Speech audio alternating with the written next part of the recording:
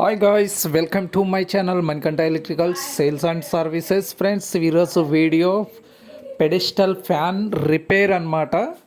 మనం ఈరోజు పెడెస్టల్ ఫ్యాన్లో ఎక్కువగా మనకి కంప్లైంట్ ఏముంటాయి అంటే మనకి షాఫ్ట్ బుష్లు ఎక్కువగా కంప్లైంట్ వస్తూ ఉంటాయి. కానీ ఈ ఫ్యాన్లో మనకి బేరింగ్లు వచ్చినాయి అనమాట. ఆ బేరింగ్లు కంప్లైంట్ ఎలా ఉందో ఏంటో ఈ వీడియోలో చూద్దాం. చివరి వరకు చూడండి, స్కిప్ చేయకండి.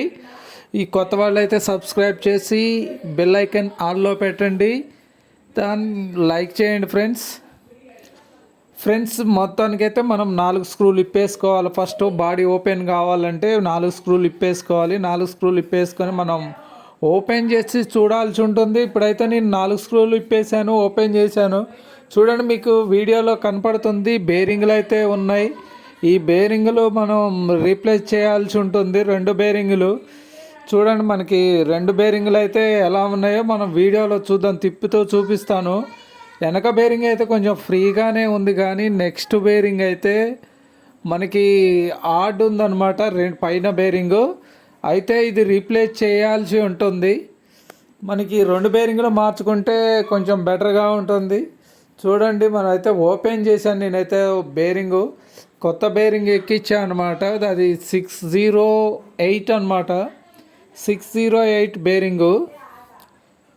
ఇబ్బంది అయితే లేదు, కానీ మనకి షాఫ్ట్తో దించాలన్నమాట.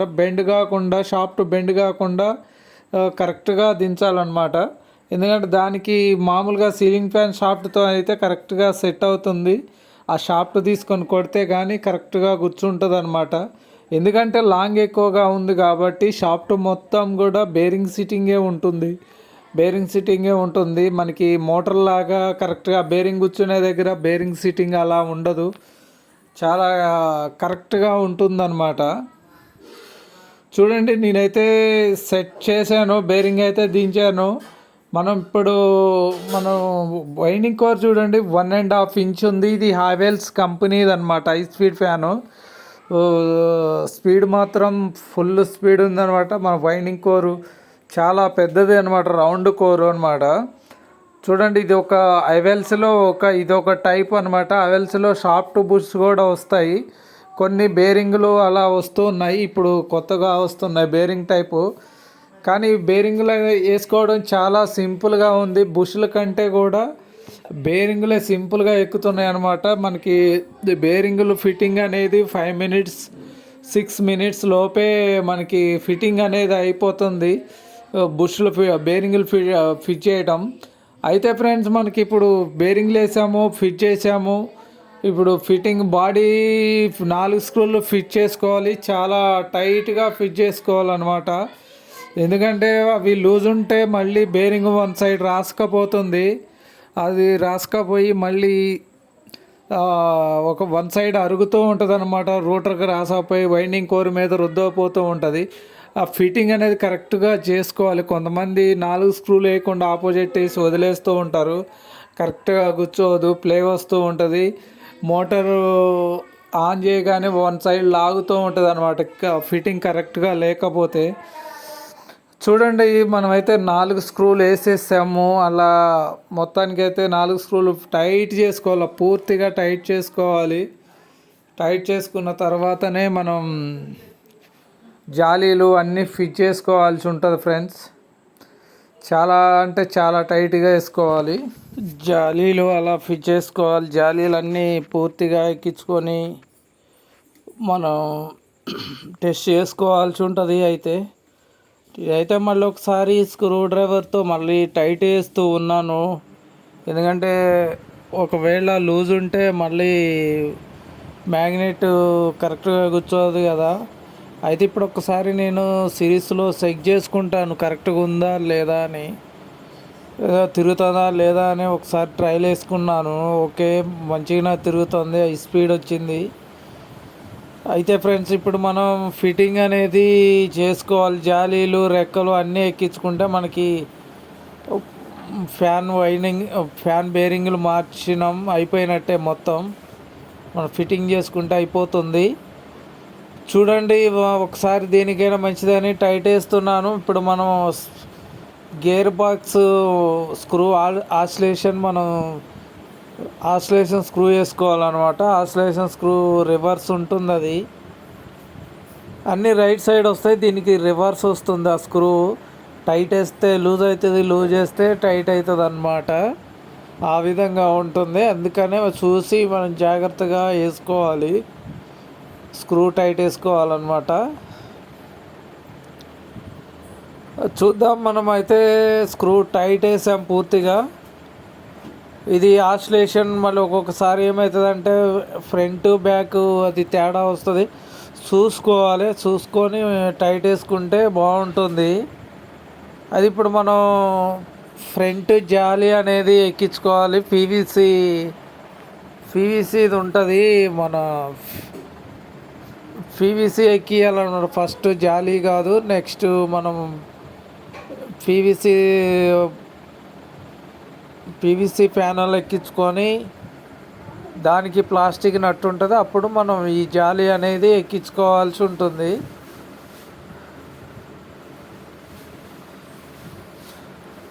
చూద్దాం ఫ్రెండ్స్, ఇదైతే ఎక్కిస్తున్నాను. 4 స్క్రూలు టైట్ వేసుకోవాలి. ఇది కూడా 4 స్క్రూలు ఉంటాయి, లేదంటే 2 స్క్రూలు వేస్తే అది ఏమవుతుందంటే వైబ్రేషన్, జాలీలు ఊగుతూ ఉంటాయి. కరెక్ట్గా పీవీసీ కదా, కరెక్ట్గా సెట్టింగ్ అనేది కరెక్ట్గా ఉండదు. అందుకనే మనం 4 స్క్రూలు టైట్ వేసుకోవాలి ఆపోజిట్లో. మొత్తానికి అయితే నేను 4 స్క్రూలు టైట్ వేసాను అనమాట. చూడండి, మీకు వీడియోలో లెంత్ అవుతుంది, ఫిట్టింగ్ అనేది లెంత్ అవుతుంది. నేను స్పీడ్ పెడదామనుకున్నాను. స్పీడ్ పెట్టాలన్నా కూడా ఇది ఉన్నదే 11 నిమిషాలు. ఇందులో స్పీడ్ పెడితే మళ్ళీ టైం కుదరదు కదా, తొందరగా అయిపోతుంది వీడియో.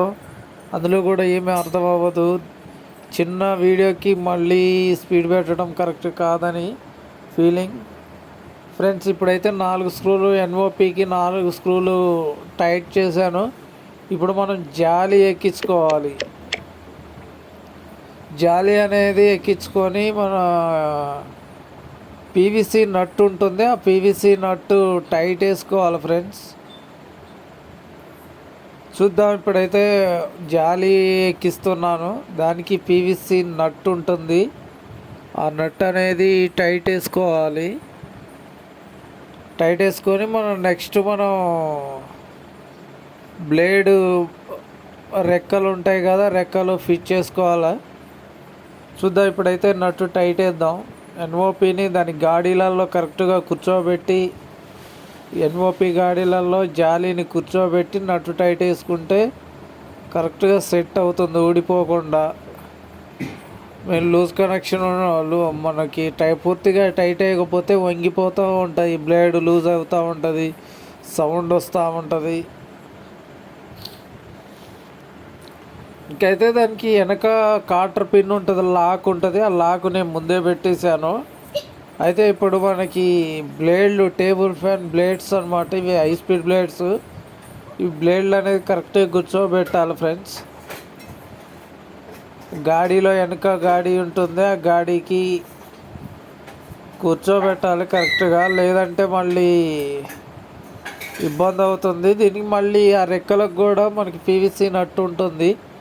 ఆ నట్టు కూడా రివర్స్ మనకి టైట్ వేయాల్సి ఉంటుంది.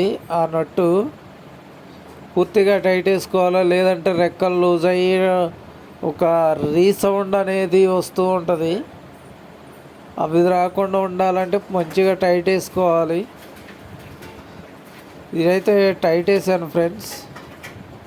ఇప్పుడు మనం బెల్ట్ ఉంటుంది, బెల్ట్ ఎక్కించుకొని జాలి ఎక్కించుకోవాలి.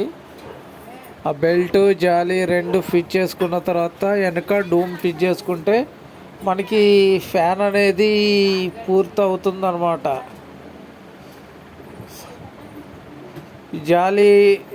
జాలి పూర్తిగా టైట్ వేసుకోవాలి, ఊడిపోకుండా.